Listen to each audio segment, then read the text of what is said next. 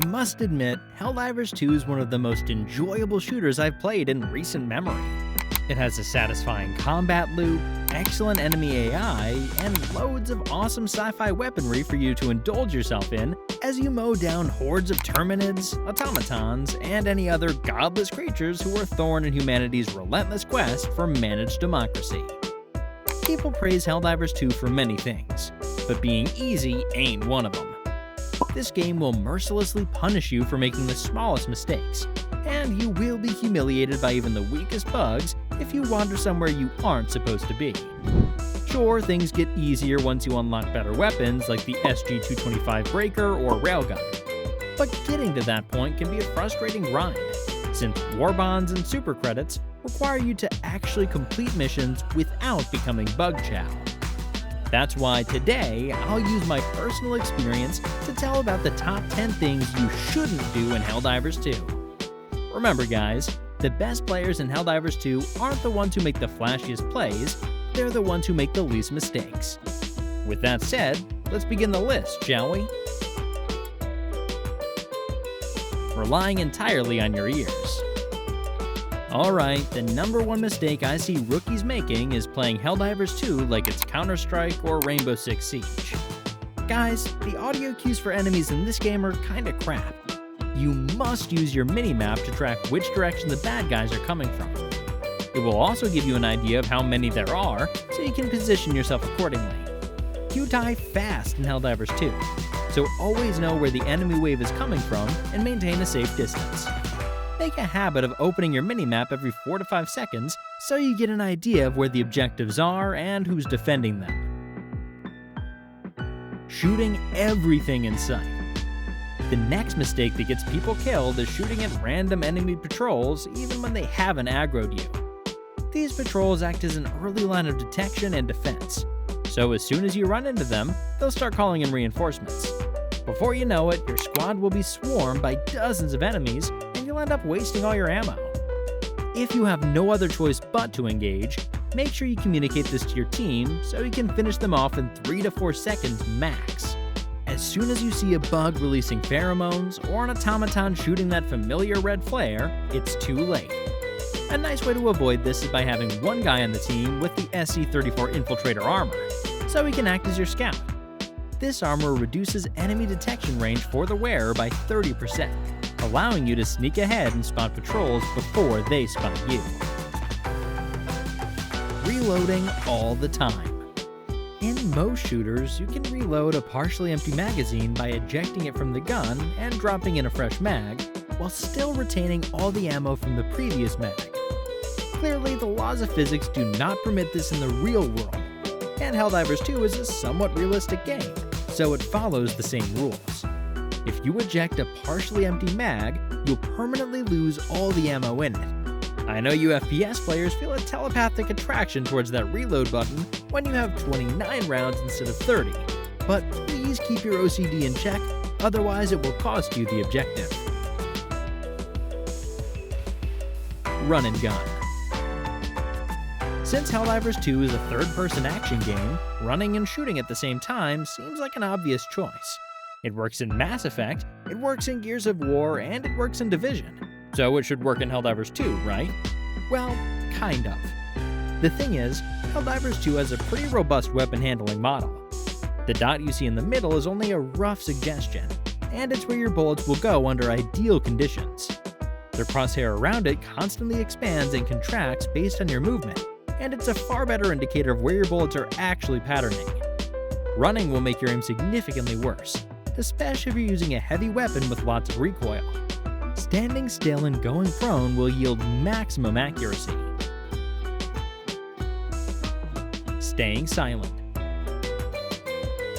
This is something a lot of randoms do in matchmaking.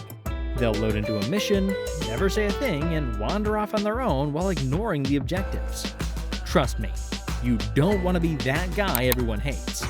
Communication is key in Helldivers 2 and makes everything a lot easier. You don't even have to use your mic, just ping locations on the minimap.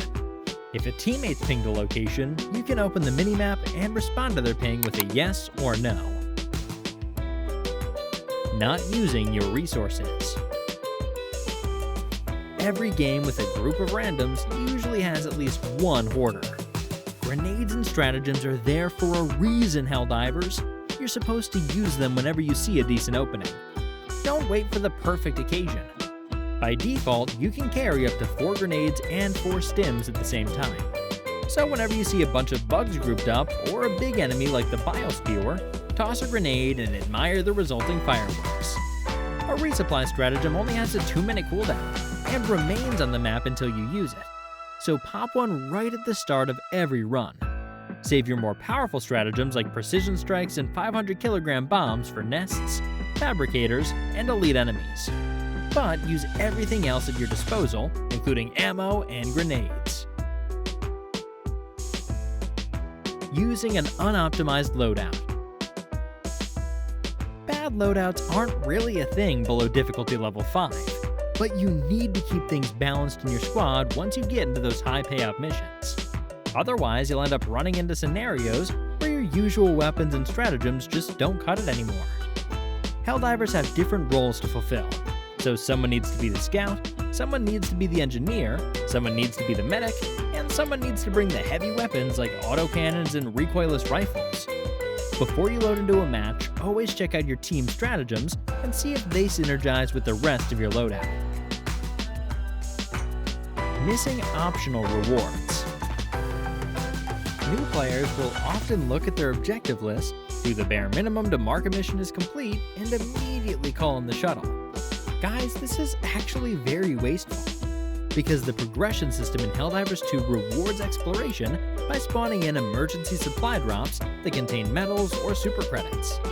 There will also be cargo containers buried around the map, which you can blow open with a grenade to collect even more credits and medals.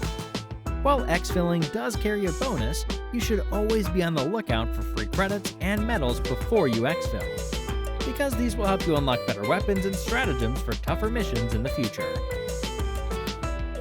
Spending all your money. I'll admit, it's quite easy to get tempted by all the shiny bits and bobs in your ship and spend money on upgrades. But hold off until you're at least level 5, because that's when you unlock much better versions of your default stratagems. In the beginning, I recommend holding off on the 120mm and 380mm HE Barrage, as they're inconsistent with their impacts and have very niche use cases.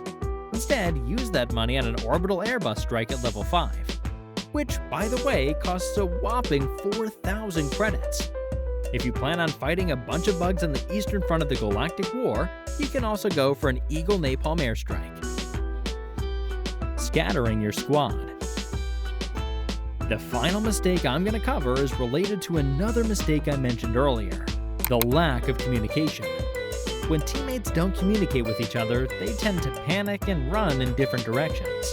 However, this has a negative side effect of alerting even more enemy patrols, and eventually, you end up with a bajillion bugs or automatons chasing you down from all directions.